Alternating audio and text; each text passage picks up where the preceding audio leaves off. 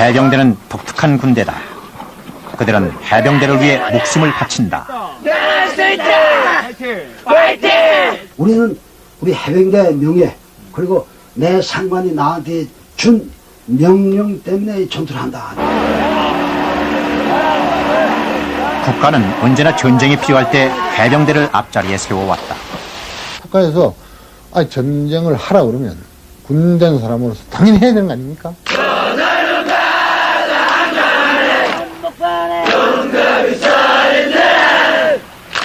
수많은 전투를 치르면서 그들은 희생의 아픔도 많이 경험했다. 그리고 산과 산을 넘나드는 그 전쟁터에서 그들은 하나의 신화를 만들어 왔다.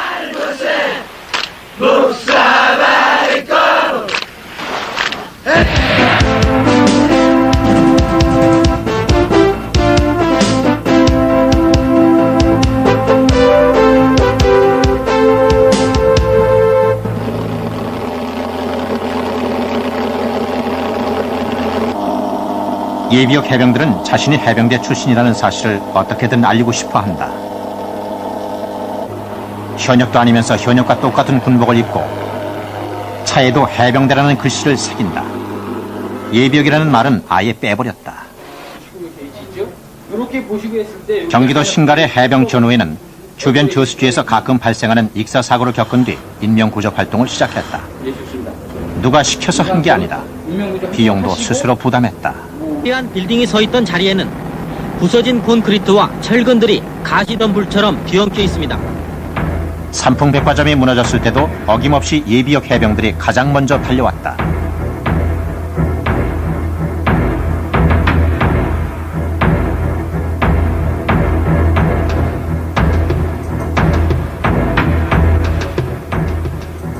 사고 현장에서 극적으로 살아나 온 국민을 감동시켰던 최명석 군. 그는 현재 해병대에서 근무하고 있다. 박수! 박수!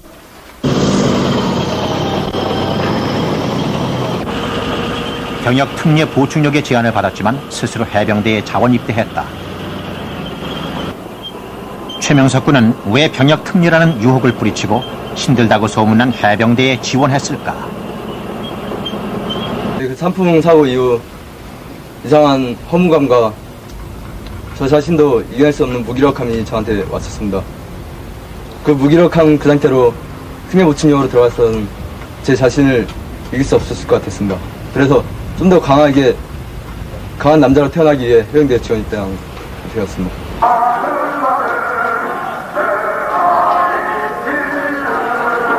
해병대는 15일 단위로 신병을 모집한다.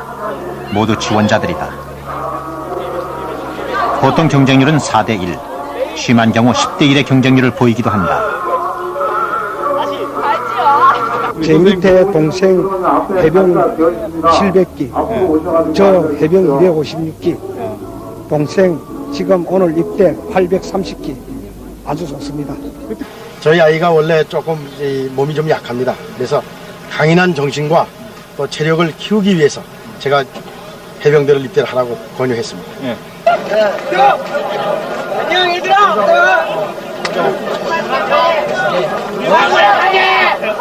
여가!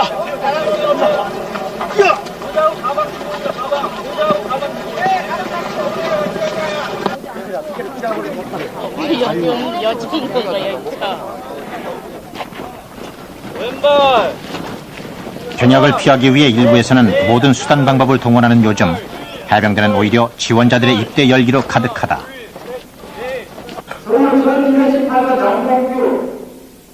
해병이 되기 위해 지원자들은 높은 경쟁률의 1차 관문 후에 2차 관문을 통과해야 한다.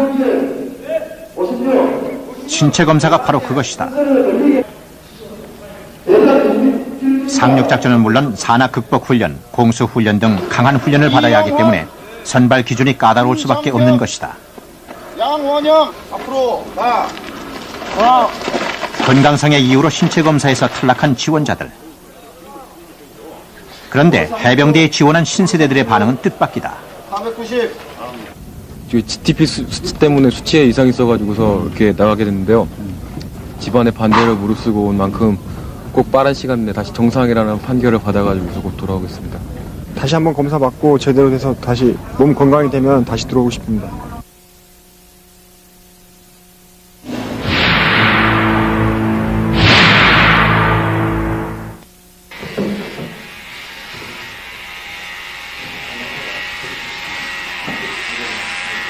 해병이 되기 위한 첫걸음은 사회에서 가지고 있는 모든 것을 버리는 일에서 시작된다.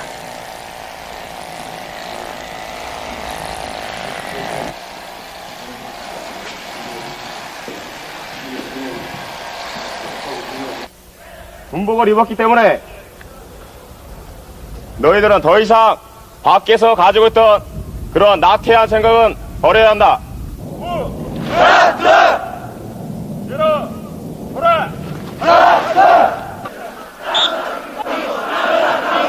신병들은 입대하자마자 해병대 특유의 강인한 정신력을 주입받는다. 얼핏 과격한 운동 경기 정도로 보이는 격투봉 훈련도 해병대에선 전투에서의 삶과 죽음을 상징한다.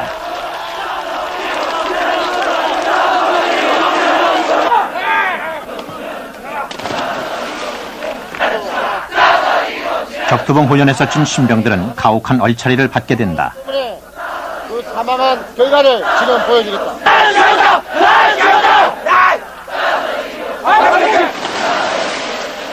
나는 죽었다. 그런 문자 시작.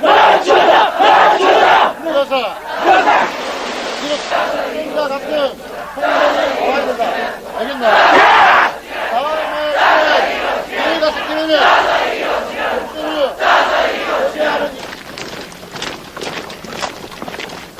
모든 해병들이 반드시 거쳐야만 하는 훈련이 천자봉 산악행군이다.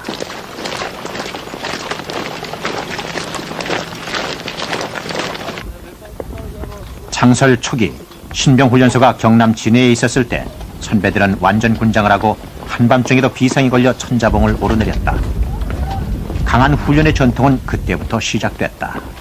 선배 해병대원들이 피땀 흘려 지금까지 전통을 쌓아올린 이곳 천자봉을 등정하게 된 데 대해서 중대장이 한 명의 낙오도 없이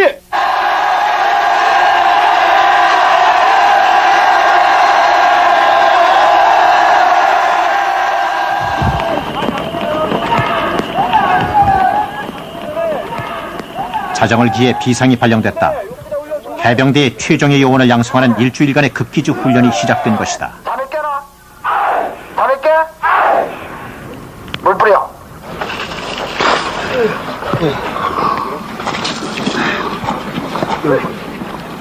극기주 훈련은 어떤 상황에서도 살아날 수 있는 생존 능력을 기르는 훈련이다. 이들은 스스로 자신을 극한 상황에 던져넣기 위해 해병대 각 부대에서 모인 자원자들이다. 130여 명의 지원자들 중 이미 50여 명이 탈락하고 이제 80여 명이 남았다. 오하열. 최고의 해병대는 결코 평범함 속에서 존재해야 한다. 여러분들은 가장 혹독한 실험과 훈련을 통해서만이 최고의 해병대원이 될 수 있다. 대원들은 곧바로 저수원 견디기 훈련에 돌입했다. 뒤로 가. 거기서 뒤로 붙어. 앉아. 5월 초 한밤중 밤바다에서 1시간 정도 계속 물속에 있다 보면 체온이 급격하게 떨어진다. 바로 이 서울에서는 차가운 바다의 악조건을 견디는 것은 해병이 되기 위한 기초적인 출발이다.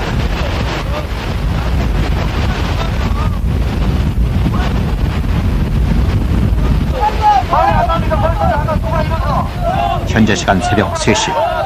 취침 시간은 전혀 없다. 회원들은 그렇게 일주일을 견뎌야 한다.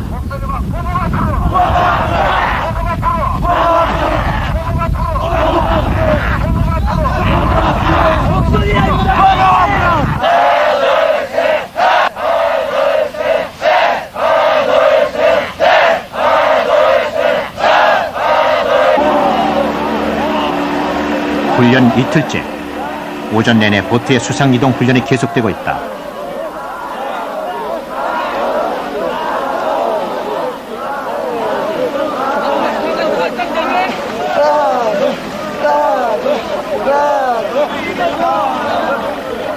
적진에 상륙하는 해병대에게 노와 보트는 몸의 일부와 같다.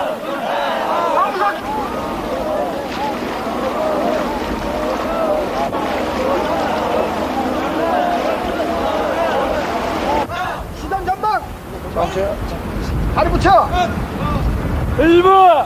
수심이가! 3번! 군대권! 하나, 둘, 셋! 이날 오후 훈련은 비상탈출 훈련이다. 전쟁 시 군함이 침몰할 때 비상탈출 요령을 익히는 것이다. 대원들은 반드시 다리를 모으고 중요 부위를 보호하기 위해 규정된 자세를 유지해야 합격이다. 물에 대한 두려움이 있다면 그는 결코 해병이 될 수 없다.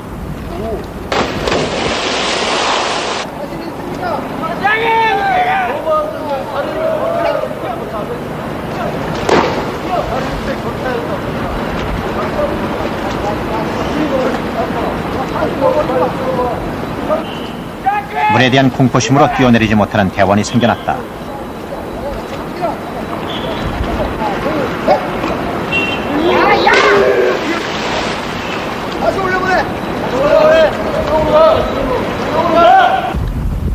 두 번째 다이빙.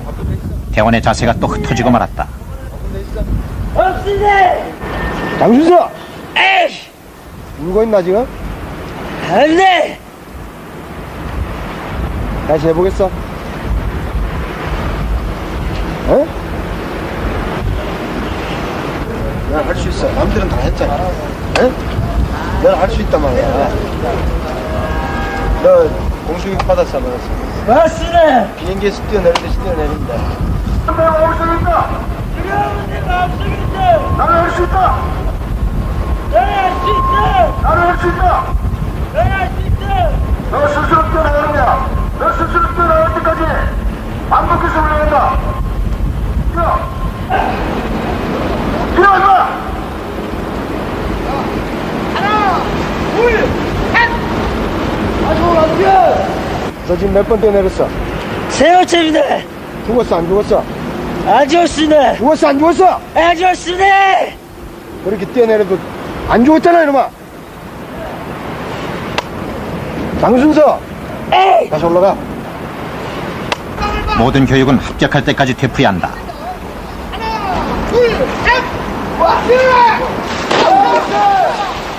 리읍 하나마 이제 뛰어내릴 수는 있게 됐다.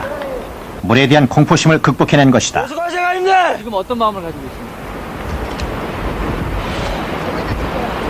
할 수 있다 자신감밖에 없습니다!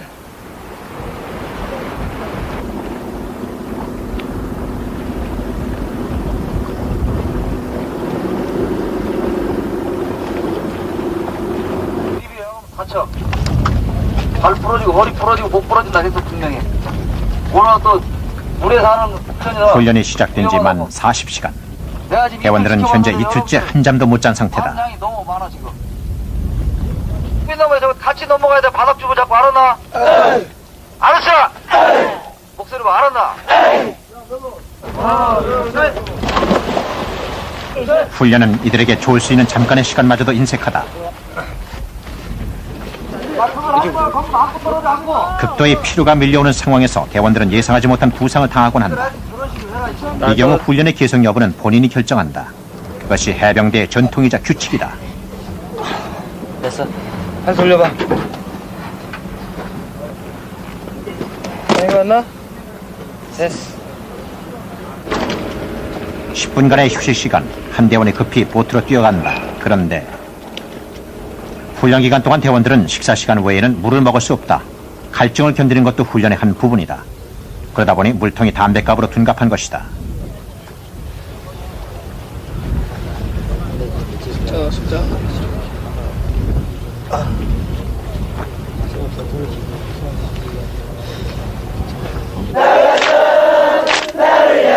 극기주 훈련 동안 이들은 끈끈한 전우회를 자랑하는 해병대 전통을 이어받는다. 이들에게 동료는 적진 침투에서 산과 살을 함께해야 할 소중한 존재들이다.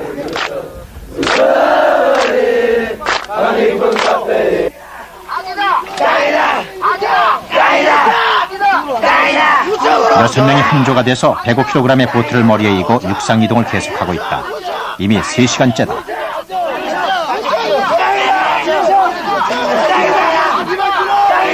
여러분들이 도전을 하야만 적과 싸워서 이긴다. 알았어? 앞으로 4시간 동안만 이상 없이 가야만 여러분들이 목적지까지 도착한다. 갈 수 있나? 갈 수 있나? 파이팅! 파이팅! 파이팅! 파이팅! 파이팅! 파이팅! 할 수 있다! 할 수 있다! 최고다! 난 최고다! 최고다! 난 최고다! 할 수 있다! 할 수 있다! 파이팅! 파이팅! 이날 보트를 머리에 이고 이동한 거리는 20km. 그러는 사이 또 하루가 지났다.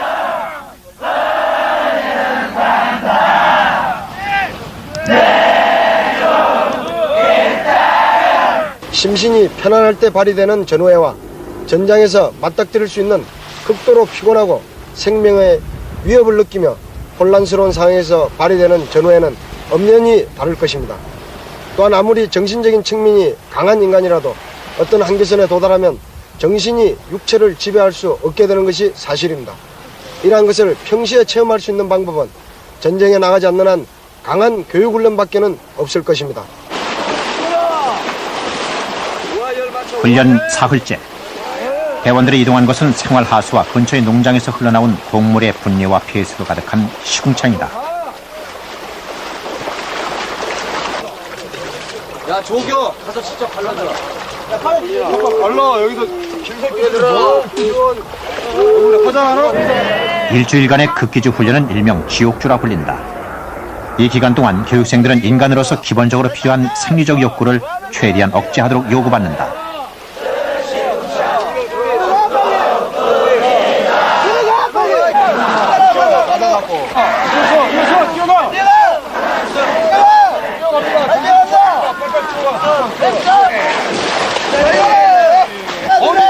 이 시궁창 훈련은 악취와 혐오감이라는 최악의 환경 조건을 체험시킨다.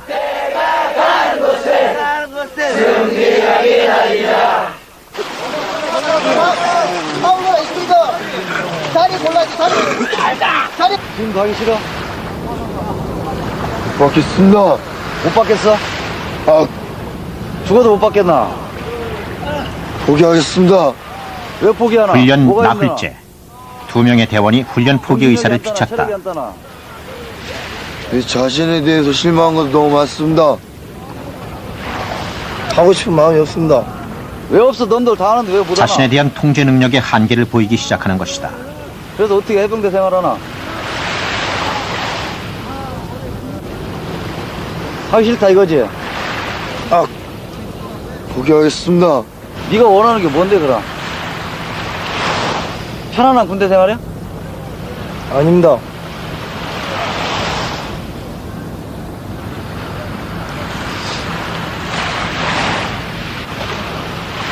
좀 쉬었다가 다시 한번 생각해 볼 수 있도록 알겠나?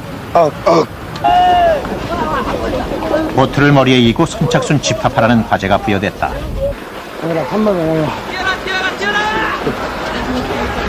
최고로 강한 자만이 살아남는다는 원칙은 식사 시간에도 예외가 아니다.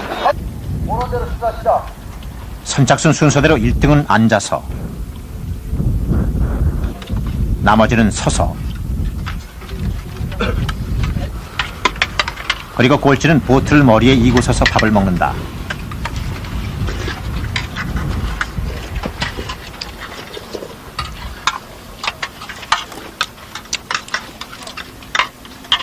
동기야. 같이 가자. 여러분 2명 빼고 갈래? 이날 아침 훈련을 포기하겠다고 했던 두 대원에 대한 마지막 설득 작업이 시작된다. 동기야. 같이 가자. 동기야. 우치 화이팅! 같이 가자. 같이 가자. 동기야. 우치 화이팅! 같이 가자. 동기야. 동기야. 같이 가자. 인내력의 한계 상황에서 포기 의사를 비쳤던 두 대원은 동기들의 권유로 마음을 바꿨다.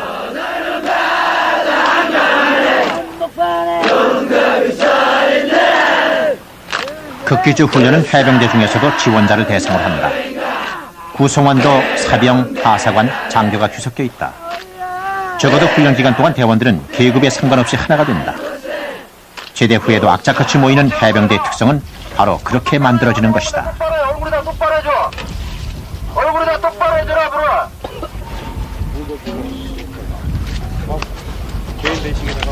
쭉 가, 풀면서 쭉쭉 가.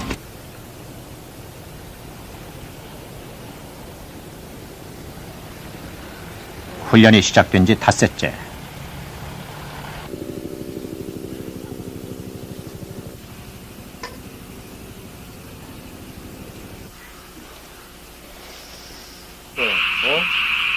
이때쯤이면 교육생들은 육체적, 정신적으로 한계에 도달한다.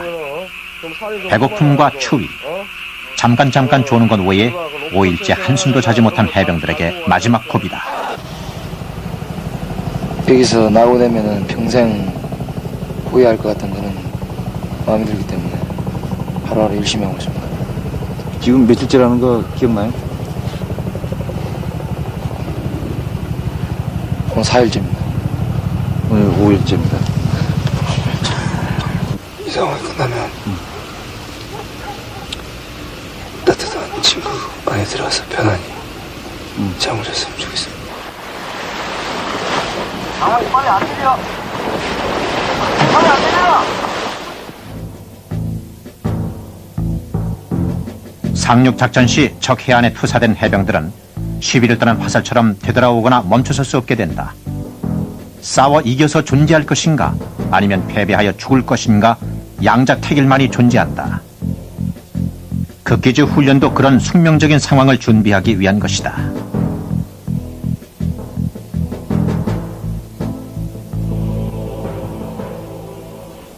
80자 총원 지난 일주간 대단히 고생이 많았다. 지금 현 시간부로 극기주 종료를 선포한다. 교관의 선언과 함께 일주일간의 극기주 훈련이 끝났다.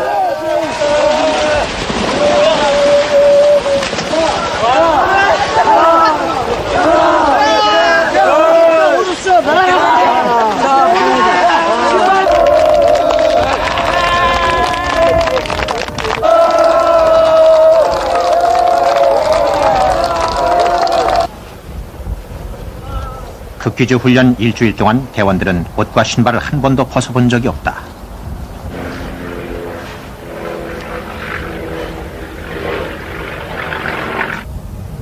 물도 마음대로 먹지 못한 채 잠도 일정한 취침 시간도 없이 100kg이 넘는 고무보트를 머리에 이고 잠깐씩 조는 게 전부였다.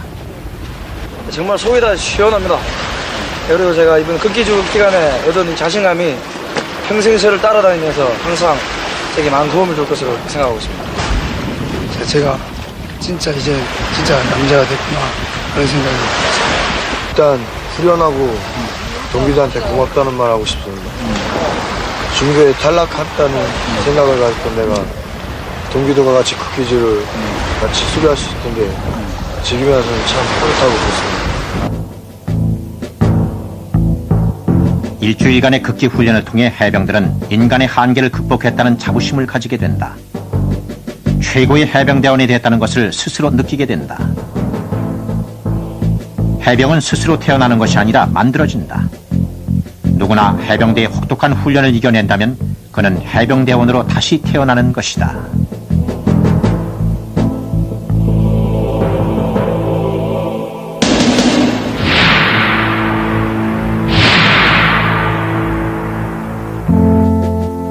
해병대는 1949년 4월 15일 6회 공군에 이어 가장 늦게 창설됐다. 해병대 창설의 계기가 된 것은 여순 반란 사건이었다. 1948년 10월 여수에서 반란 사건이 일어나자 육군을 돕기 위해 해군에서도 지원부대가 편성됐다. 그러나 해군은 앞바다에 머물기만 했을 뿐 여수에는 들어가지 못했다. 상륙부대가 없었기 때문이었다. 이 사건을 계기로 당시 해군 수뇌부는 해군 장교와 하사관을 중심으로 해병대를 창설하게 된다. 각 부서에서는 그래도 고분고분 말 잘 듣고 일 잘하고 하는 사람은 안 내놓는단 말입니다. 그럴 거 아니겠어요? 그러니까 이제 좀 말썽도 있고 이 사람 내보내자 하는 식으로 해서 나온 것이 결국 해병대 그 하사관 요원 중에 모두 간부들이었지. 말썽 부리는 것도 있지만은 또 그 대신에 또 아주 좋은 점도 있거든. 그건 뭐인가 정의감이 세고 옳다 싶으면 그냥 힘차게 나가고 그게 또 하나 아주 좋은 점이란 말이야. 그걸 해병대에서 결국 살려서 쓴 거지. 해병대 일기는 모두 380명. 타군에 비해 가장 적은 소수의 병력으로 출발했다. 처음에 뽑을 때부터 해군 신병들 1200명 가운데서 그 씨름을 시켜가지고 제일 센 사람들, 그러니까 거기서 300명을 추렸으니까 4대1이지요. 그래서 그 사람들 보고 미리 해병대라고 하는 것은 상륙, 그 적의 해안에 상륙하기 때문에 거의 다 그는 죽기 쉽다, 결사대다. 그래도 거기에 지원해서 오겠느냐? 지원하는 사람만 뽑았어. 창설 초기 해병대 훈련장은 진해의 덕산 비행장 활주로였다. 강훈련의 전통은 그곳에서 시작됐다.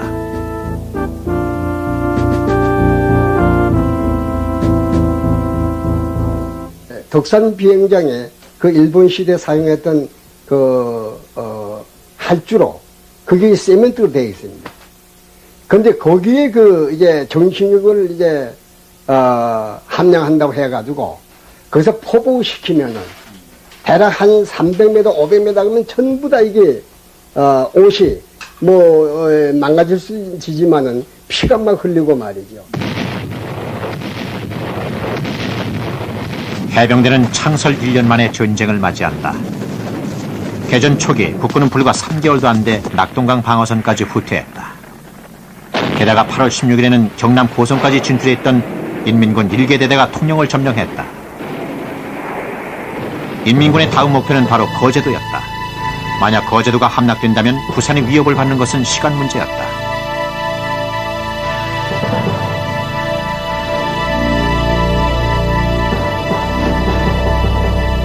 해병대는 거제도를 방어하라는 명령을 받는다.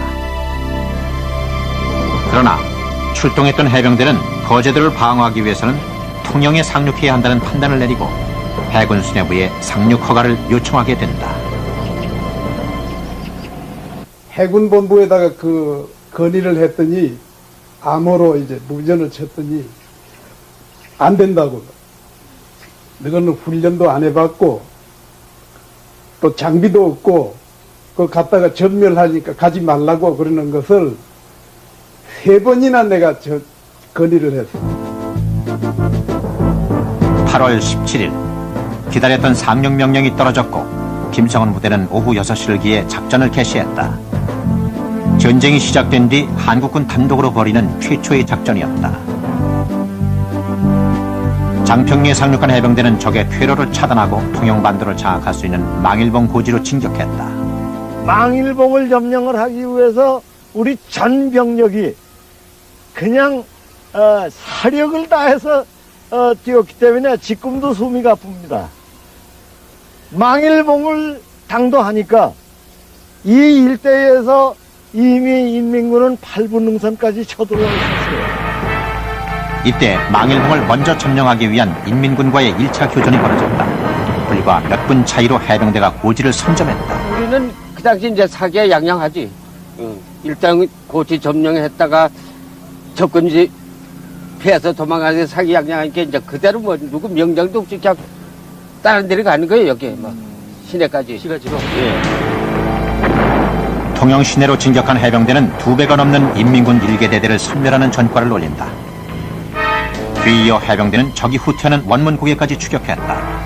해병대의 신화를 창조한 고종석 해병이 산화한 것도 바로 이곳이었다. 장총으로 찌르면은 애무항총대로 맞고 또 이 개머리판으로 치고 또 맞고 치고 한 그 피 묻은 고종석 하사관의 그 애무항총대에는 장총 찍은 막은 그 총군역이 창군역이 41군데가 있는 것을 본인이 확인을 했습니다. 그래서 당시의 통영 상륙작전은 371명의 병력으로 인민군 1개 대대, 즉 2배가 넘는 병력을 격퇴한 대승리였다. 또한 한국전 발발 이후 한국군이 거둔 최초의 승리였다. 이 전투는 외신 기자들을 통해 전 세계로 알려졌다. 귀신 잡는 해병대의 신화는 그렇게 탄생했다.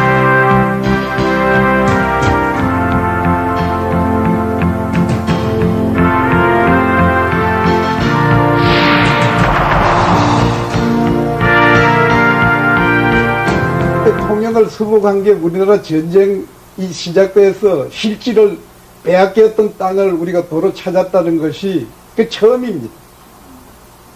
뭐 적은 땅이지만은 또 우리가 도로 빼앗았으니까요. 그래서 그 사람들이 보고는 한국 해병대를 귀신 잡는 해병대라고.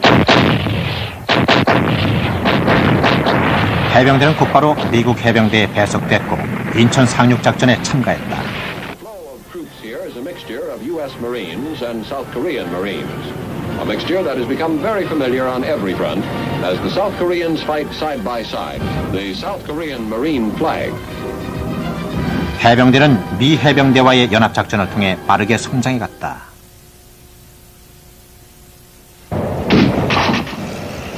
서울 탈환 작전에서 중앙청은 미군의 공격 목표였다. 그러나 아현동 고개에서 미군이 적의 기습을 받아 주춤거리는 사이 한국 해병대는 이미 서울역, 남대문, 시청을 접수하고 있었다. 한국 해병대는 미군 작전 지역인 중앙청을 공격하기로 결정했다. 홍순병에게 내가 특명이야, 이거는 소대장이. 너는 어떠한 일이 있어 이제부터 상급 부대 호출에 대해서 응답하지 마. 너는 응답하면 내가 그대로 두지 않을 거야. 그래가지고 특별 명령을 지시하고 절대로 응답을 못하겠다 특명을 해놓고 선임하사관한테는 분대장 소집해가지고 우리 공격 목표가 중앙청이다.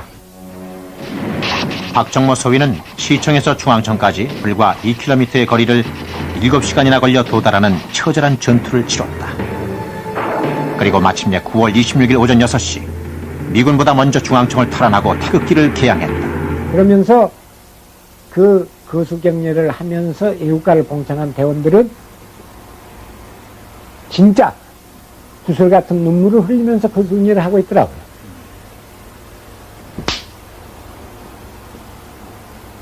그래서 저는 50년의 가차운 역사가 지나갔지만 지금도 나는 그 생각을 잊을 수가 없어요. 얼마나 처절했던지. 그 다음에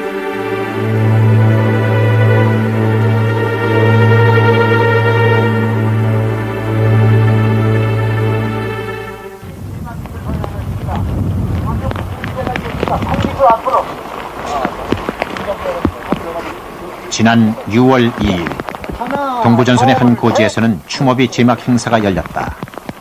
이어서 정기표 고문께서 주도사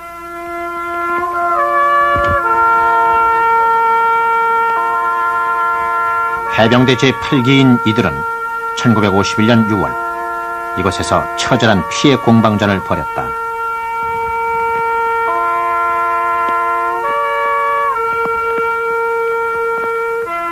이곳은 해발 1000m 이상의 높은 산이 몰려있는 중동부 전선의 천혜의 요새로 미 해병대와 국군이 이곳을 점령하기 위해 혈전을 벌이고 있었다.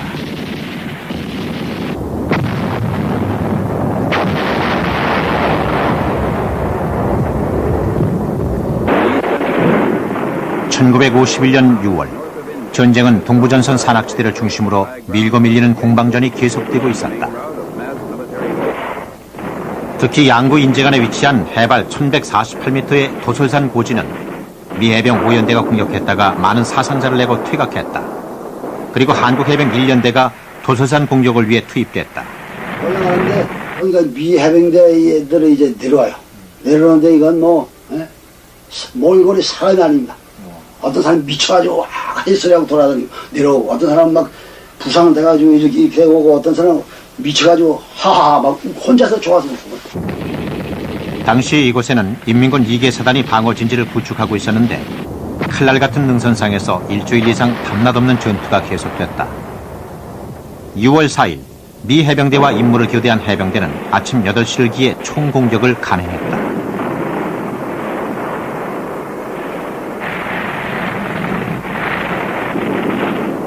구름이 많이 끼고 또 비가 오고 하면 뭐 지원 사격도 안 되고 항공 지원 사격도 안 되고 그냥 기어 올라가야 되는 겁니다.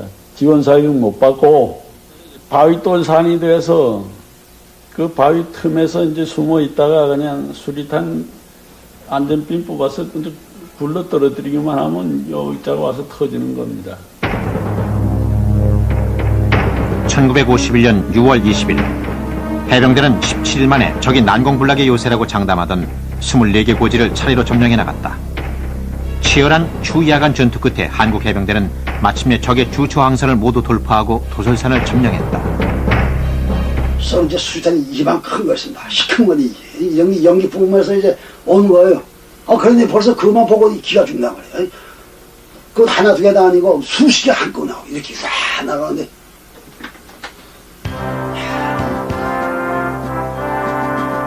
해병대가 도솔산 지구에서 거둔 승리는 적 2개 사단을 퇴각시키고 1개 연대를 전멸시키는 엄청난 것이었다.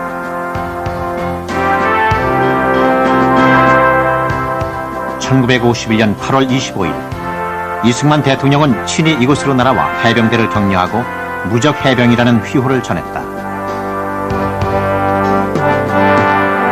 한국 해병대가 또 하나의 명성을 얻는 순간이었다.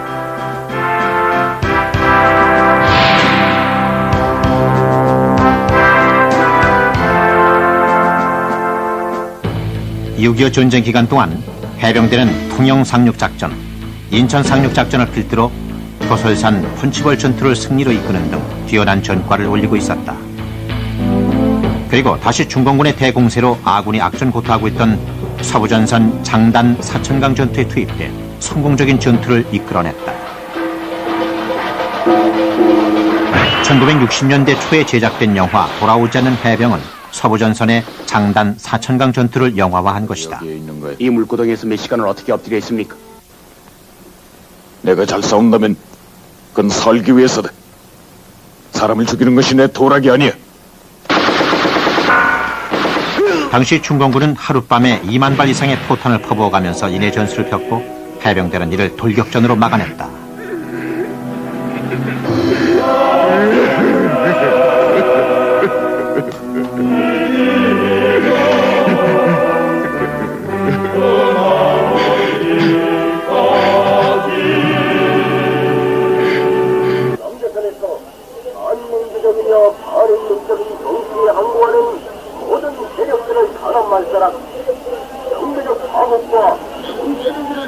현재 임진강 너머 장단 사천강 지역은 해병대가 중공군의 대공세를 막아내기 위해 사투를 벌인 지역이다.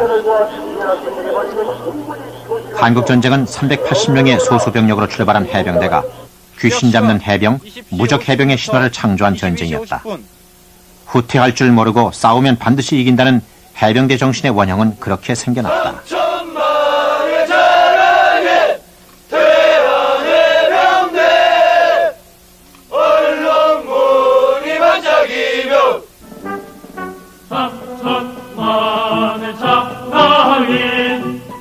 (1964년) 해병대는 다시 역사의 전면에 나타났다. 정부가 월남 파병 결정을 내린 것이다. 1965년 10월 초 해병대 제1진이 베트남으로 떠났다. 해병대가 강했기 때문에 보낸 거죠. 그 월남을 돕기 위해서 가서 거기서 잘못하다가 패전이나 한다든지 해놓으면 또 손실을 많이 입든지 해놓으면 우리 국내에 많은 정치적인 영향을 가져오게 됩니다. 월남에 파견될 한국군 전투부대인 청룡부대 해병 제2여단의 결단식이 9월 20일 동해안 공공기지에서 성대히 수행됐다. 해병대의 월남 파병은 한국군 역사상 최초로 전투부대의 해외 파병이었다.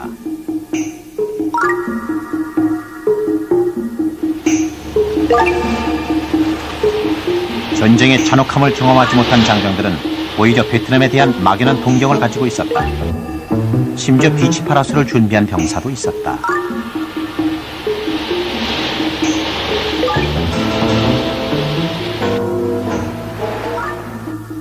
근데 사실 그 월남에 도착했을 때 월남이라고 하는 나라가 전쟁 치르는 나라 같다는 생각을 못 들었습니다. 사실 우리 뭐 관광하러 온다는 그런 기분이 들어서 왜냐 해변의 그 야자수가 아주 아름답고 그저 시골 동네이기 때문에 한국이기 때문에 조그만 어촌이에요. 어촌인데 거기 아주 평화롭고. 해병대는 부산항을 떠난 지 6일 만에 베트남 남부 캄난만에 상륙했다. 그들의 미래에 대한 막연한 불안감을 가진 채 그들은 곧바로 전선으로 향했다.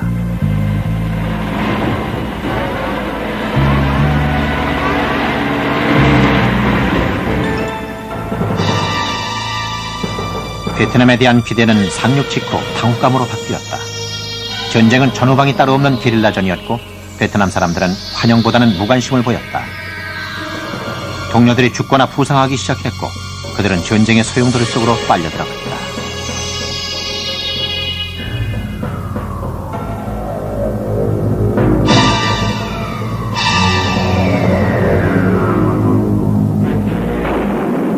월남에서 대한뉴스 지순덕 특파원의 보도.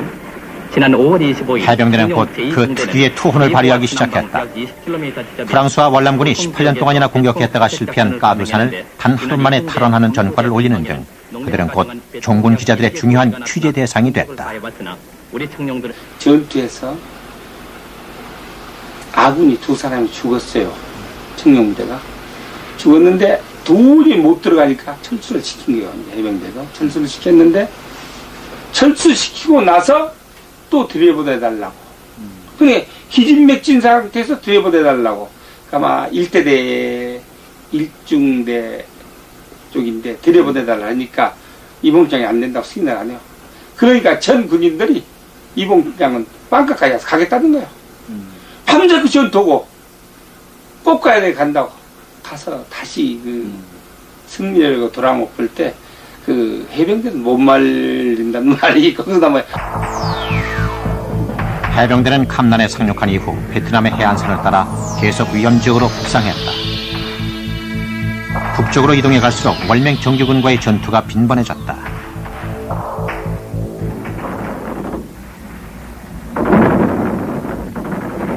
(67년 2월 14일) 새벽 4시 자빈동에 주둔하고 있던 청룡부대 3대대 11중대는 월맹 정규군의 대규모 공격을 받았다. 상대편의 숫자는 무려 10배가 넘는 2천여 명이었다. 엄청 새카맣게 쫙 깔렸고 그 월남인 특유의 그런 냄새가 그냥 진동을 하고 이 사람들은 완전히 자신감이 있었어요. 우리보다 병력이 엄청 많았기 때문에.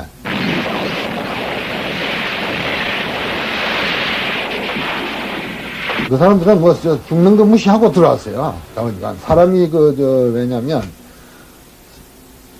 죽은 그 시체를 밟고 그냥 넘어오는 거예요. 눈으로 보는데. 왜?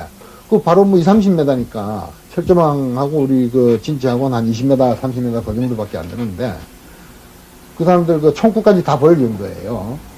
180명하고 2,000명이 붙어서 계속 싸우는데 나중에는 적이 이 지역으로 철조망을 끊고 들어오는 것이 아니라 TNT로 폭발을 시키고 들어와서 한 3분의 1 정도가 저기 수중에 들어갔습니다. 참속의 송화상이라는 분대장이 저기 순탄에 맞았습니다. 그래가지고 그냥 쓰러졌어요. 몸에서 피가 펑펑 쏟아져. 그걸 지혈을 시키면서 그 다음에 이렇게 치료를 하는데 한 15분 후에 깨어났어요. 깨어나자 한 마디가 첫 마디가 뭐냐면 소장님 지금 전쟁이 어떻게 돼가고 있습니까? 내 부하들 어떻게 싸우고 있습니까? 그래 전쟁 지금 잘 돼가고 있고 너희 부하들 잘 싸운다 그러니까 일어나서 걸어나가는 겁니다. 걸어나가는 걸 보니까 이 앞부분에 수류탄을 맞아가지고 창자가 삐죽삐죽 나오는데 이 창자를 압박군대를 끌어안고 나갑니다. 그런 걸 보면 돌아버립니다. 11중대는 특공대를 조직, 처절한 육박전을 치르며 월맹군이 돌파한 진지를 다시 찾았다. 당시 한국 해병대가 보여준 투호는 놀라운 것이었다.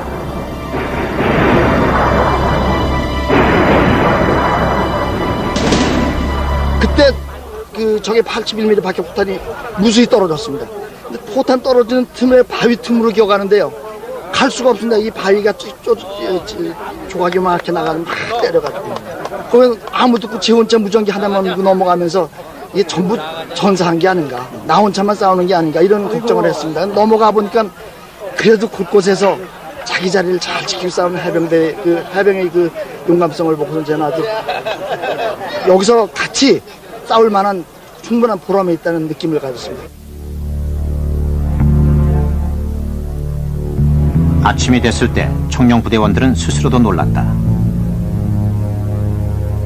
11중대원 180명이 적군 2000명을 격퇴한 전과를 기록한 것이다. 그것은 베트남 전쟁을 통틀어서 중대 단위 전투로는 최대의 전과였다. 청룡부대는 6.25 때 진동리 전투 이후 두 번째로 중대원 전원이 1계급 특진을 하면서 신화를 남긴 해병대라는 또 다른 명성을 얻었다.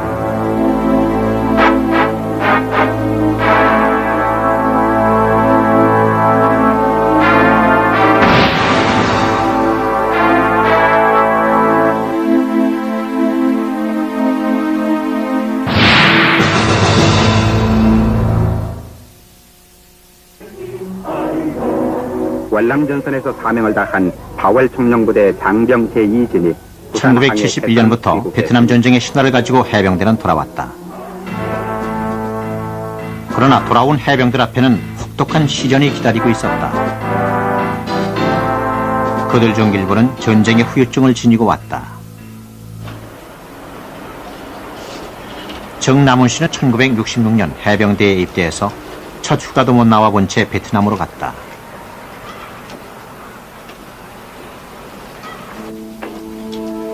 그는 자빈동 작전에서 35mm 바추카포를 메고 싸웠다.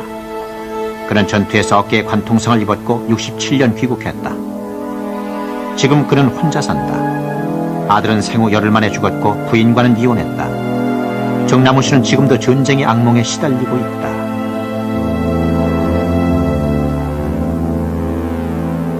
헬리콥터 소리만 들으면은, 그리고 내가 그 죽인 놈이 지금도 나를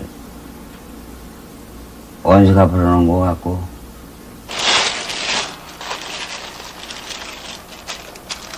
그는 지금 단 하루도 약 없이는 살 수 없다. 몸이 비쩍 마르고 온몸이 쑤시는 고역제의 증상이 나타나기 시작한 것이다. 지금까지 그는 국가나 사회의 보살핌을 받지 못해왔다.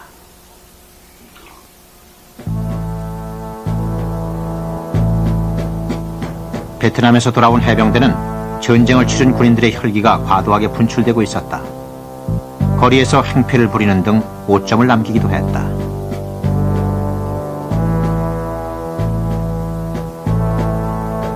그러나 그 누구도 그들이 전쟁에서 입은 정신적 상처에는 관심을 기울이지 않았다.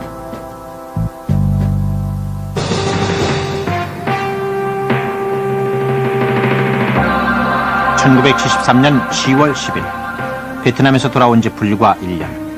해병대를 기다리는 것은 사령부 해체라는 충격적인 결정이었다. 또 어느 날 특히 박정희 대통령께서 경제적인 군대를 운영해야 한다. 그러니까 해병대도 한 2개 사단 정도인데 그 부대에다가 사령부를 두고 또 대장까지 지휘장을 두는 것은 경제적으로 좀 고려한 문제 아닌가.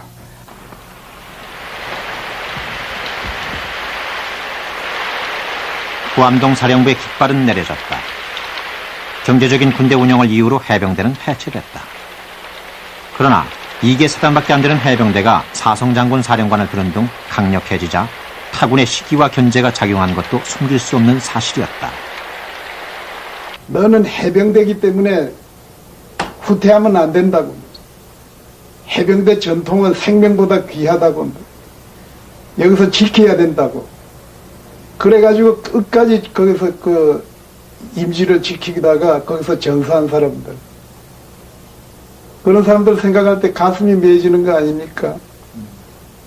그런 해병대를 위해서 죽은 사람들이야, 그 사람. 물론 나라와 민족을 위해서 죽는 거는 그거는 뭐 당연하지만 그 이전에 우리는 해병대를 위해서 죽는다.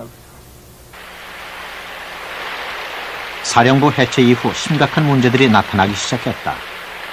예산 절감 효과는 두드러지지 않았고 오히려 강군 해병대의 사기만 크게 저하됐다.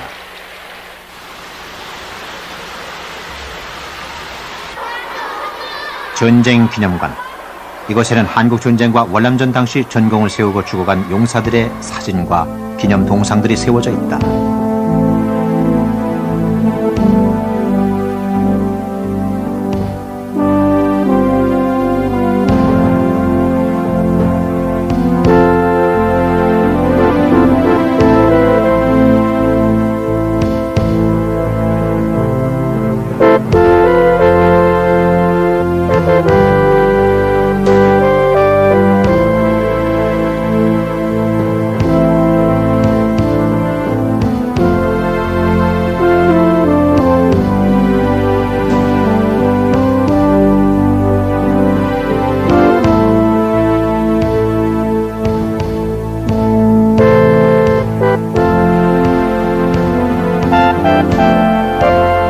사령부가 해체됐지만 이들 참전 용사들의 숭고한 희생은 해병들의 가슴 속에 남아 있었다.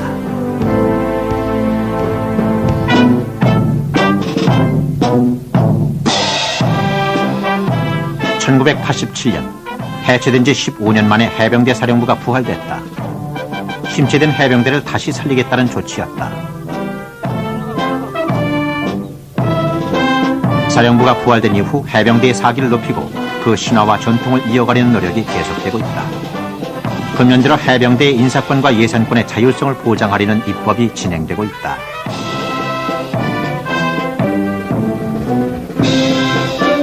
후보 90번 몇 배십니까? 몇 배? 지난 5월부터 시작된 해병대 장교 후보생 유격 훈련. 사령부 해체 이후 25년 만에 다시 실시하는 해병대 장교 자체 교육이다.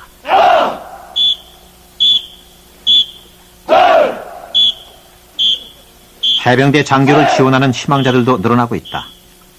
작년부터는 ROTC 후보생들도 해병대에 충원되고 있다. 장교가 되기 위해서 가장 첫 번째로 우리 해병대 정신이란 건 뭐냐?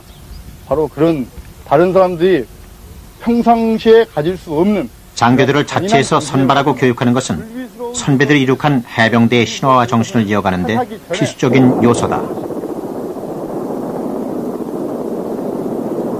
3년이 바다로 둘러싸인 우리나라에서 막강한 전력을 가진 해병대가 존재한다는 사실만으로도 적에게 위협을 주는 효과를 얻을 수 있다.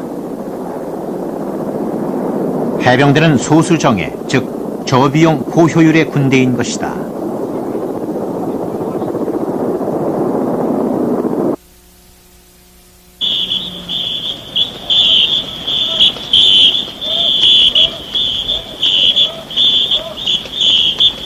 귀신 잡는 해병, 무적 해병. 전투를 통해 얻은 그들의 신화는 해병대 특유의 자존심을 지켜오게 했다. 제가 생각하는 해병대 전통이라는 것은 상관의 명예에 의해서 자기가 죽고 산다 하는 그게 해병대 전통을 생각해요.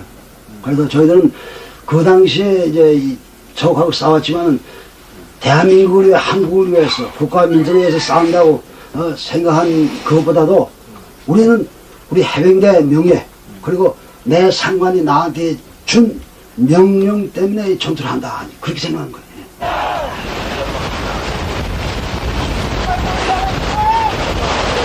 해병대의 자존심은 바로 전투를 통해 쌓여왔고 국가의 운명을 지키는 데 나름대로의 역할을 했다.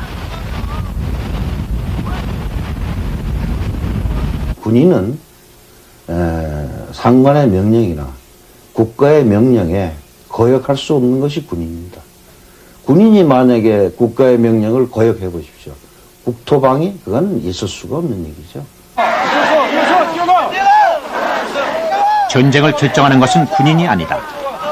군인은 국가가 명령할 때 국민의 생명과 안전을 위해 언제나 자신을 희생할 수 있는 준비를 갖출 뿐이다. 싸워서 이기고 지면 죽어라. 해병들은 지금도 이 구호를 외치면서 언제든지 국가의 명령에 따를 준비를 하고 있다. 만약에 우리나라에서 전쟁이 났다. 젊은 사람이 그럼 왜 싸워야 되느냐? 왜 죽어야 되느냐? 이런 얘기가 성립이 될 수가 없죠. 우선 국가에서 전쟁을 하라 그러면 군된 사람으로서 당연히 해야 되는 거 아닙니까? 저는 그런 생각을 합니다. 당연히 해야 되는 걸 한 거지. 이거는 뭐 어떤 가치를 따지고 나중에 어떤 평가를 따지고 그렇게 해서 한 건 아니다. 싸우고 있다. 상륙전 진격의 싸움. 6주간의 신병 교육이 모두 끝났다.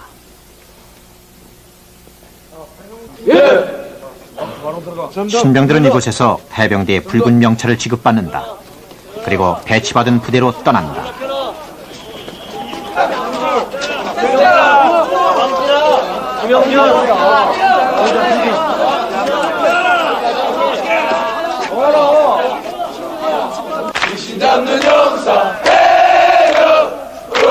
고된 훈련을 이겨내고 가슴에 피와 땀을 상징하는 붉은 바탕, 노란 글씨의 명찰을 단 젊은이들. 그들은 이제 대한민국 해병이다.